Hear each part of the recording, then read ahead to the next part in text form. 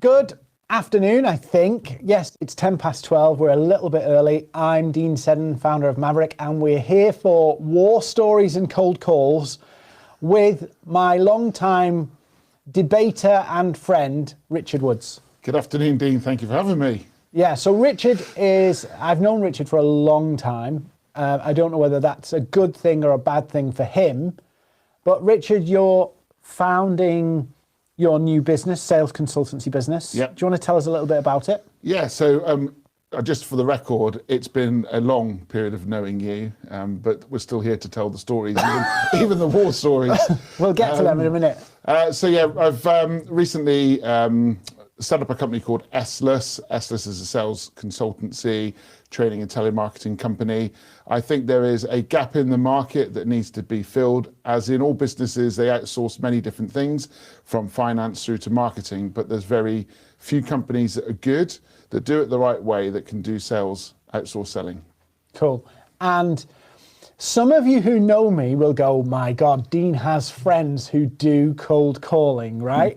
And how many times, Richard, have we had this debate about cold calling? More than you've got fingers and thumbs. So as a general rule, let me just preface this, because you might think, what the hell's Dean talking about? Yeah, there's cold calling and there's cold calling. There's two different levels of it, right? Yeah.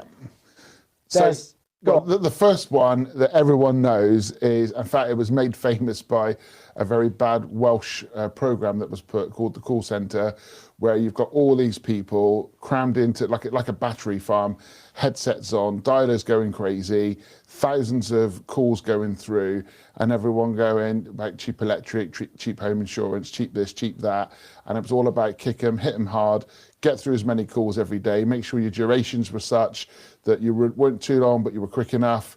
And it was just a factory of outputting churning, numbers. Basically. Yeah, churning and burning is what I would sort of refer to it as. And there was, the person on the other end didn't get a great experience. So you would get silence, you'd then get a connection, you'd get somebody then that wouldn't listen. They would just have to get through their script in order to deliver the message, in the hope that at the other end of it, somebody would be buying. Well, actually, that's not how sales works. Sales has never really worked well that way. There will be some people who will submit to that level of... It's just plain numbers, basically. Yeah. So 1,000 people and you get a couple of bites. Yeah, so probably looking at a 1% or less conversion. But if you dial enough people, they will say it's a numbers game. And that's how people are treated. The other side of cold calling, however, and it's done every day, whether we're calling up for appointments, whether we're calling up to sell something, is actually understanding what the customer wants, what the customer needs, but identifying that potentially before you even go and do the call. So having an intelligent call. Yeah, let's call it intelligent cold calling as opposed to just cold calling. Yeah. So I can see there's going to be a TM at the end of that now. So, Richard, we've known each other for a long while. You knew us when our M looked a bit different. Yeah. We had a long and painful journey, and you're embarking on a brand new journey. Yeah. So where you were a couple of years back is where I am now. And, back then we worked well together and we supported you. And thankfully you're now supporting me, which is fantastic. Well, it goes around, comes around, doesn't it? Hang on, I want to just quote Dean Seddon is supporting a cold calling business. I have to put it out there. No. I have intelligent cold calling, Richard. Intelligent cold calling. I think one of the things I wanted to talk about with the war story, some of you'll know this, that there was 3-4 years ago, there was a major implosion in what now is Maverick, and it was quite spectacular, really, wasn't it? Yeah, I mean, the fire rates locally got nothing. And we basically reinvented the business. You were there actually in the middle of that pain and chaos.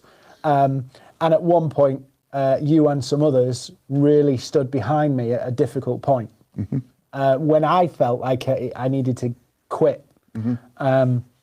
Getting emotional talking about this. Well, to be fair, I think when I first met you, I had put something out onto LinkedIn saying that I needed some help to rebrand a business, and it was my previous role.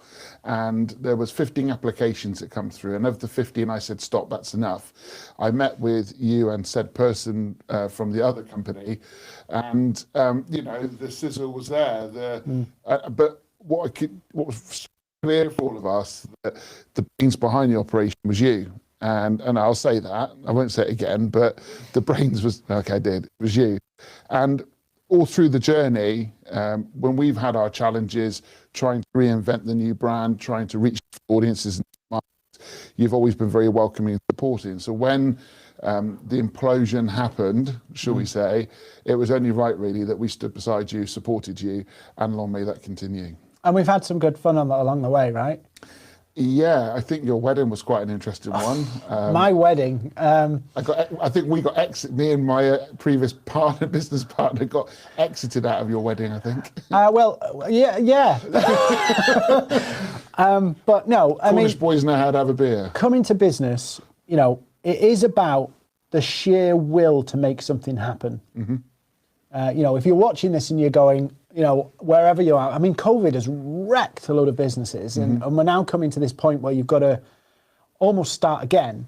I mean, it is like starting a business again. It is, and this is why it's felt like a great time to come and do this, because there's lots of businesses out there. They talked about COVID being the invisible war, and it really has. And you think back into the footage that we see after World War II, when houses were blown up, streets were decimated, people had to go back and rebuild their lives. I don't think we'll understand the full impact, for a long time yet, of what's happened through COVID. But people are out there with a real can-do attitude right now. They're dusting themselves down. And I read a story on LinkedIn on the way here about a company who literally had 60 staff. They went down to 10, and now they've come out the other side and are almost doubled their original headcount, because there's such a vibrancy out there. There's such amount of people that just want to go out and make something happen. And that's why I formed Essless, because I think there's an appetite, there's a hunger, and there's many different ways in which we can reach out to people. I'm a big supporter of LinkedIn and the way in which you do things. And but equally, I think marketing comes in more than one layer, and this is just another layer of what's out there. It's a slice of the pie. It's interesting, because there's another thing that's a point about World War II, apart from the fact that we both look like Winston Churchill. I should put the glasses on. Is this, when the UK, Britain as it was then, was facing overwhelming odds, there was a leader who was steadfast in going, we will come back from this, we will make this happen. And I think that's really important, as any business is coming out from this now, is it's not about being crazy and reckless, but it is about being steadfast in your determination to make something happen. Because we have felt, it's just felt like the world's out of your control. When you're a business owner, you feel like to some degree, you're in control. But then when the government says you can't do this and we can't do this, it's like you feel powerless. And that's something I'd felt in my old role is, we had staff, and rightly so, dictating the terms in which they wanted to work, because they felt comfortable to be at home, and we had to accommodate that. And now going into the new business, it is about a language change. It's not, I hope this will work. It will work. There's no, it might work, it will work. And I think you've got to definitely get your mental mindset in a positive way to take on what's probably going to happen, the next 12 months. See, as much as we saw the economy plummet, we're going to see the economy grow. And I think you've got to make sure you're ready to take your piece of that. And do you know what's fascinating? I had a big revelation. Then we're going to come to cold calling and mindset in a second. If you're not Tesco, if you're not Marks and Spencer's, if you're not all of these big corporates, there is no shortage of revenue. If you're a small business, there is no shortage of revenue. I know that sounds crazy, but there isn't, because you're a micro in a macro. Yeah, you're a little business in a big economy. And so if you're a smaller business, there's loads of opportunity. You just have to go seize it. If you're Tesco, you're kind of, you're not going to double your business. If you get 5 or 6% growth, you're kind of knocking it out the park.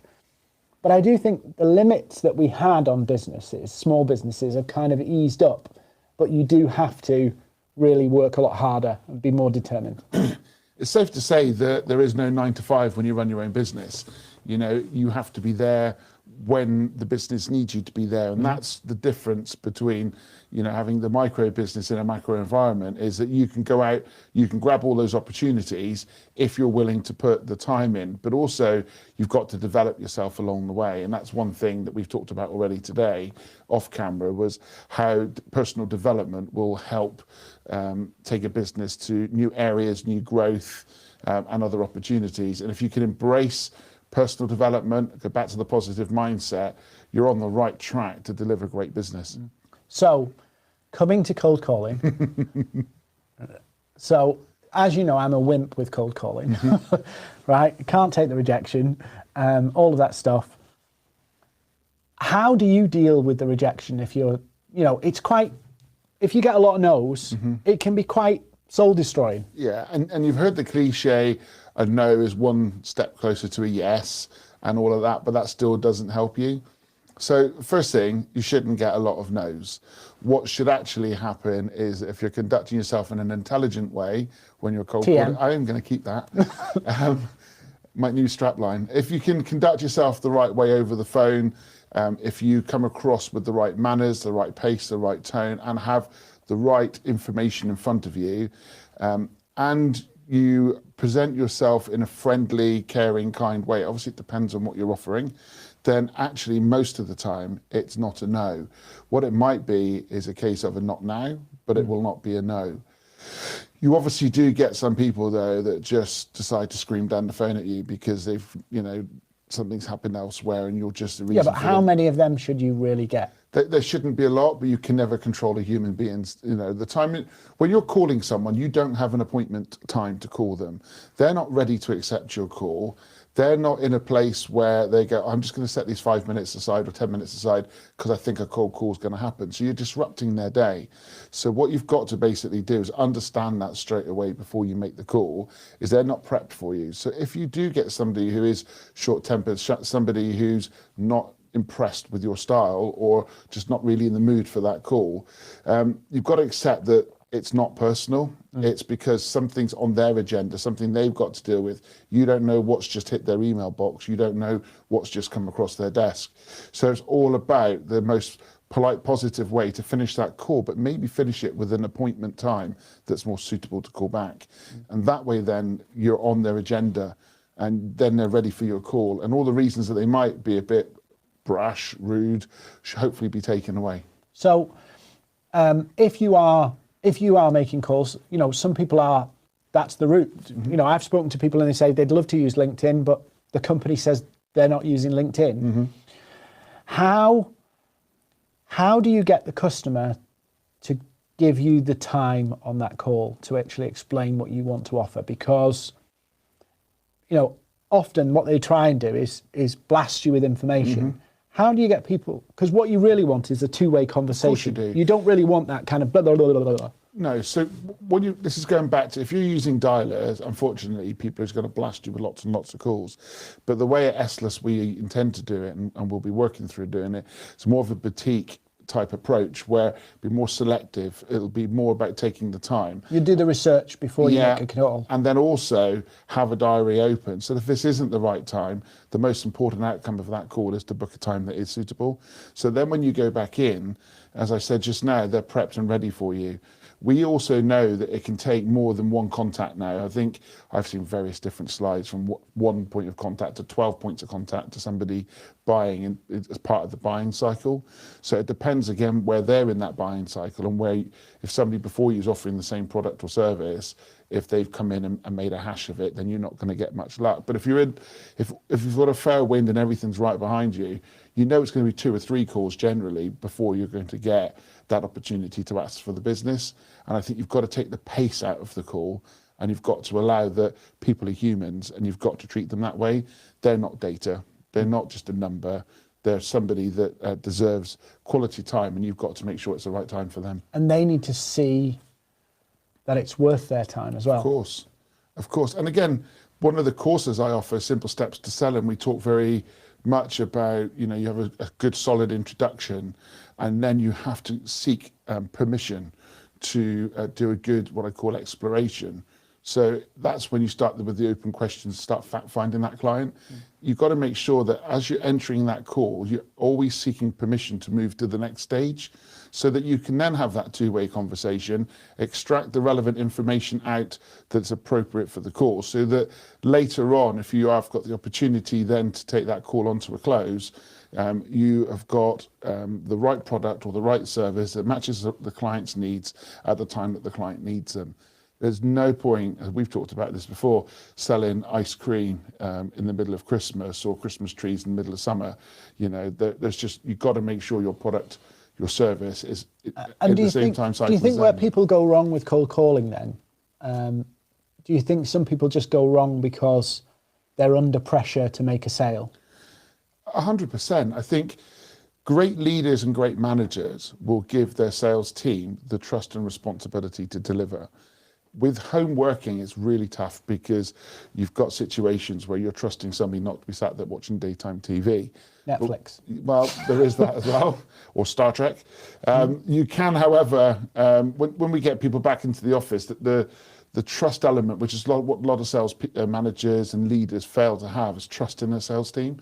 If you've got the right team and you trust your team, you know they will deliver the results.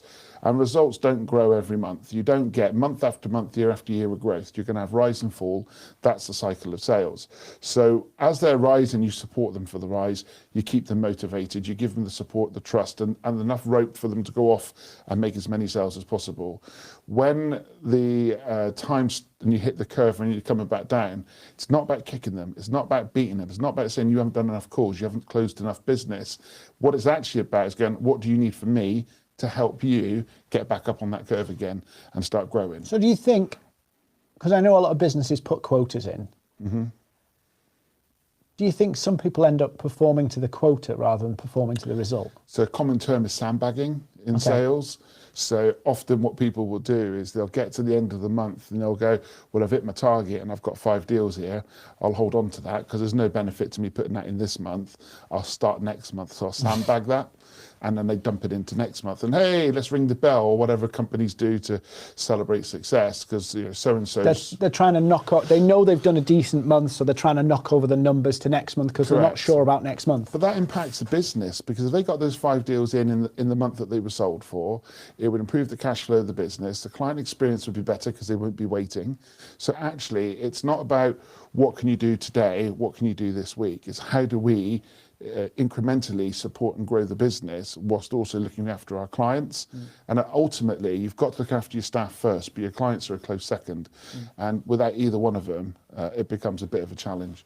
Apparently, people are saying you're talking a lot of sense, Richard. Wow. Which is good. So Richard, I'm going to ask you now, I've given you a shot on cold calling. What do you think of LinkedIn? That's not fair. I've subscribed to your LinkedIn training. I've had private coaching on LinkedIn, and I love it. I do. I absolutely love LinkedIn. So it's unfair for you to put me on the spot because I thought you were going to hang me more on cold calling. LinkedIn, there's a place, and a massive place for LinkedIn in every business, but it's got to be done right. And the same thing happens on LinkedIn, believe it or not. Cold calling. So I'm going to put this to you. How do you think people react when you connect and instantly sold to on LinkedIn? So somebody commented yesterday about this on one of my posts and said, I think some people appreciate that. And I was like, I'm too polite, but I thought bollocks, but replied nicely. Is there a beat machine? I think it is the equivalence of I need to make sales, desperation to hit numbers. I go and pitch people. And again, it's you've got to do an intelligent way of communicating with people. So I think, yes, I diss cold calling, but I'm probably not dissing what you're doing. I'm probably dissing the bad practice. But some of that bad practice is on LinkedIn. But that's no different on LinkedIn to cold calling. Cold calling and cold messaging. That's what it basically is. So on the cold call, it's, hi, I'm urgently trying to tell you something. Commit today, commit today. Why won't you commit today? I'm not going to let you off the fence. You commit until someone hangs up. And then that's that lead burnt. Yeah. On LinkedIn, it's no different. People hit you up. Hey, I want to expand my network. It looks like we got common connections. Right, okay, well, I'll connect with that, look at the profile. Do you want to know something funny? I was just going to say, however, they connect with me if instantly I get a sales message, they're back out again. No, do you know what I do? Go on. I message them back and say, I think you can improve this. And I do, I go back to them, and it works really well, so I'll let them in. But what I spot is, obviously Maverick is a trademarked brand name, so when they say, oh, I'm really excited about what you're doing with Maverick, I can tell the ones that are just using robots to churn and burn, and that Maverick, our logo, is always after our company name. Mm-hmm. And so I go, right, okay, this is automation, so let's actually go for this. And then I reply back. It takes them 3 hours to reply. And then they go, hi, Dean, blah, blah, blah, blah, blah. And I go, can I just ask you a question about what you've just said? And they go, yes. And then I go, do you think this pitch works? But that's just my little hobby. But I think you're right. There is I'd love it to be, oh, LinkedIn's the answer to everything. Mm-hmm. Yeah. But in reality, it's a slice. And you can make a lot of sales with that slice. Mm-hmm. You can make a lot of sales with intelligent cold calling TM. Mm-hmm. Yeah. You can make a lot of them, but it is a mix of stuff. Yeah. Yeah, 100%. And it's like anything on any form of marketing that's out there. You and I have been around the block a few times doing marketing. If you don't get your messaging right, whether that's verbal, written, however you want to produce it, then you are a brand in your own right. So wherever I go, whatever I do, people buying from me, they're not buying from my business because it's me that they're bought into. You'd be surprised how many people say, I get what you mean about social selling, but is there any way we can do it from the company page? Yeah. And it's like, no, people buy from people. Yeah. I wouldn't ever expect my company profile page to have as many people following it as my personal page, because ultimately it's the words I'm using, the imagery that I'm using, whatever I'm outputting, that's a reflection on me. And I think that's important. Very often what we're finding in businesses right now, as I said, people are putting out the wrong signals. There's the air of desperation because we've gone through some terrible times. But I think everybody just needs to chill out, hit a reset button, and go back and look at their business and go, what do I need for my business today? Value proposition. Do you want to elaborate on that? Well, no, I just keep saying to people, what they do is they talk about the bells and whistles of their product or service. Look how good this is. We can do this, we can do that. We've won awards for this. But actually, customers don't care about that. They want to know what your product and service will do for them. Mm-hmm. And what the return will be. Yeah. So value proposition with ROI. I want to go back and trademark intelligent communication, by the way, or intelligent sales. Okay. I think all of sales comes down to doing a similar thing, which is it's a process.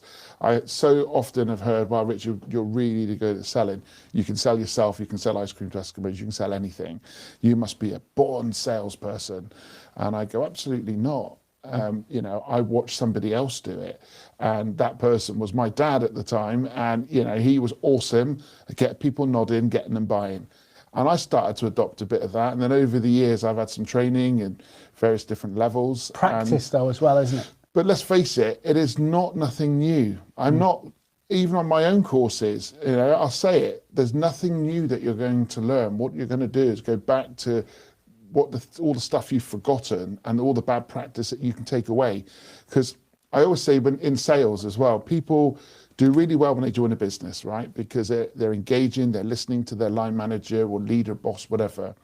And they're teaching them how to get through the process to sell that product. Then what happens is they go, oh, this is going really well.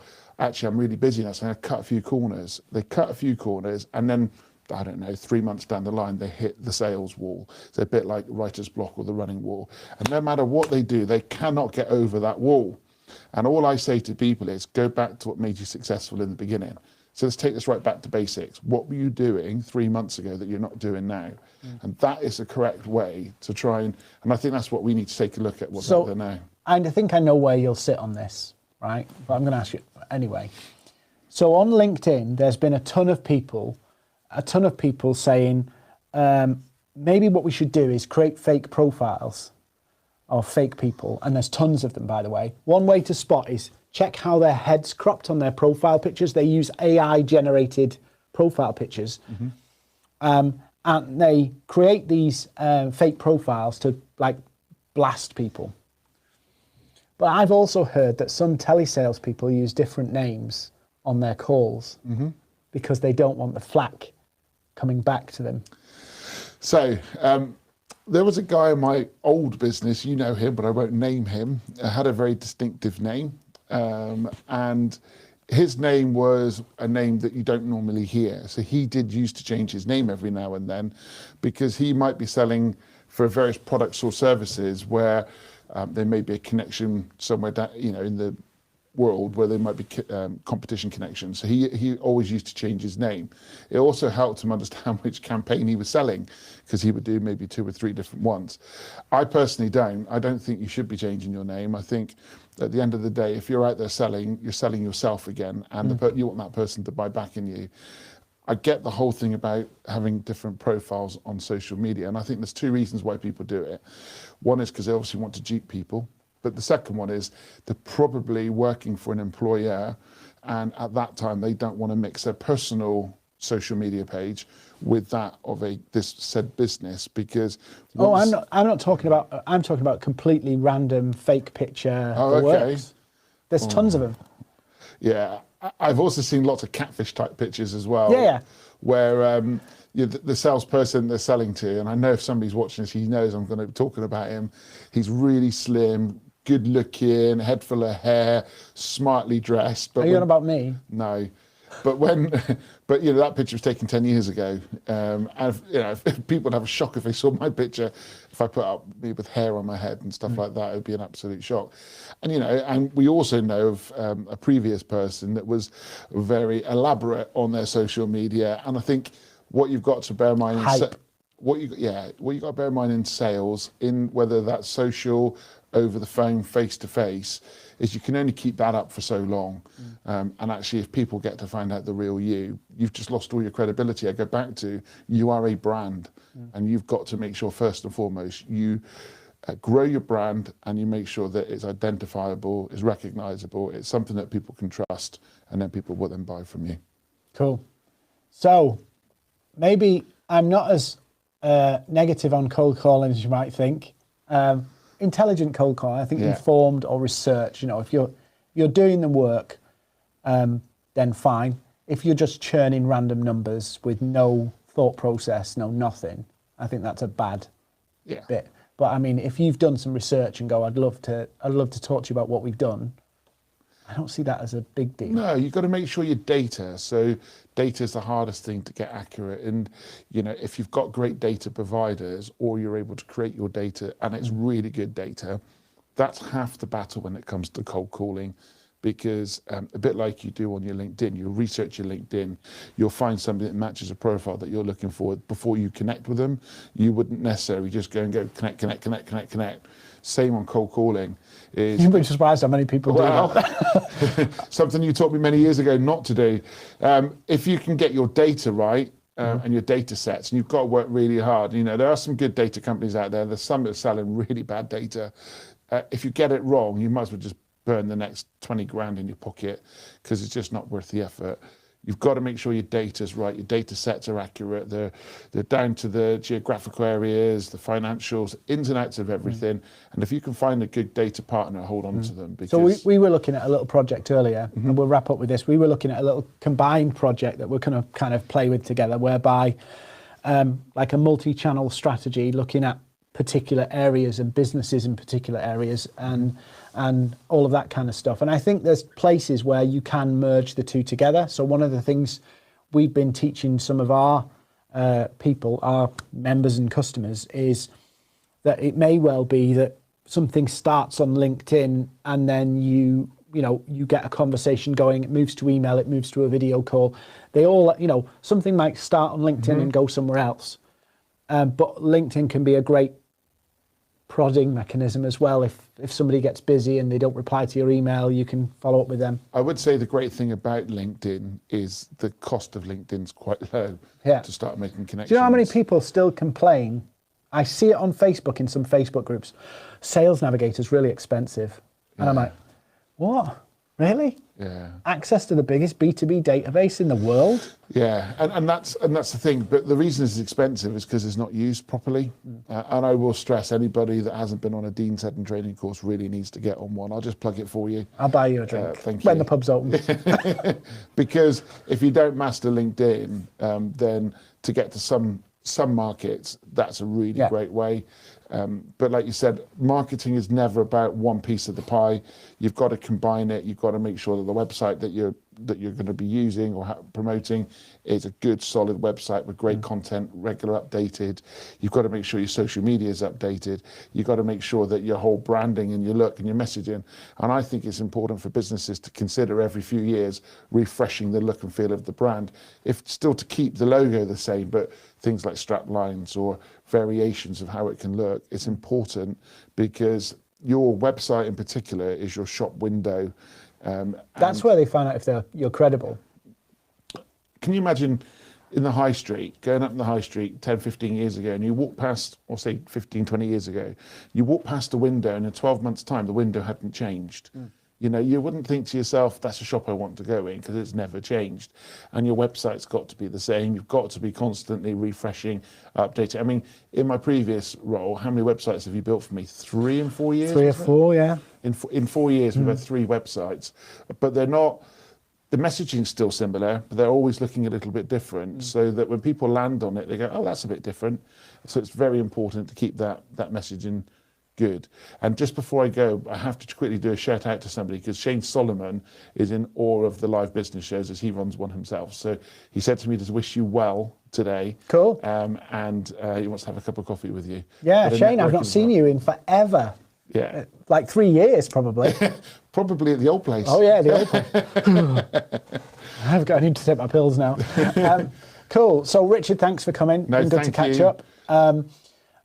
How's the vaccine, by the way? I've not had mine yet, but you've had yours. Yeah, I've had my vaccine. It's all good. Did you have any of the weird? No. I wanted to pretend to the kids that the arm was going to drop off, but it didn't. No, it was fine. And I think, thank God there's a vaccine out there right now. Businesses can open up. Businesses can start trading again. People can start rebuilding the connections. There's a lot of people at home at the minute that are struggling sort of with mental health. So hopefully, the next 6 or 12 months, the world's going to look a lot happier place. Cool. I'm looking forward to that. So on that note, thank you for watching. Thank you, Richard, for coming. And thank you for watching on LinkedIn, Facebook, YouTube, and anywhere else. I'm Dean Seddon. Thanks for watching.